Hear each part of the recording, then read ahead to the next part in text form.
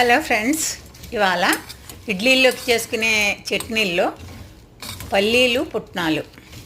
ఈ చట్నీ అందరికీ కూడా ఇష్టమైన చట్నీ అండి. ప్రోటీన్ ఫుడ్ కదా, ప్రోటీన్ ఎక్కువగా ఉన్నటువంటి చట్నీ కనుక ఇడ్లీల్లోకి అందరూ ఇష్టపడతారు. ఇది ఇలా వేయించుకోవాలండి. వేయించుకున్న తర్వాత కొంచెం చింతపండు, మరీ పులుపు కాకుండా తీసుకోవాలి. వేగిన తర్వాత ఇలా చల్లారబెట్టుకుని పైన జీలకర్ర వేసుకోవాలి. తర్వాత పోపు కింద ఎండుమిరపకాయలు, శనగపప్పు, మినపప్పు, ఆవాలు, కరివేపాకు వేయించుకోవాలండి. ఇంగు వేసుకుంటానండి నేను. వేసుకునే వాళ్ళు వెల్లుల్లిపాయలు కూడా వేసుకోండి.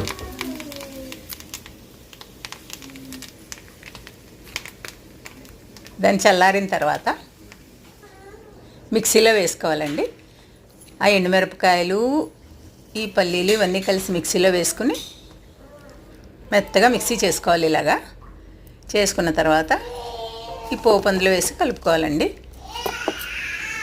ఇడ్లీలకు రకరకాల చట్నీలు ఉంటే ఇంట్లో తినేవాళ్ళకి ఎవరికి అభ్యంతరం ఉండదు. ఒకటే చట్నీ పెట్టామంటే మాత్రం మగవాళ్ళందరూ విసుక్కుంటారు. నచ్చితే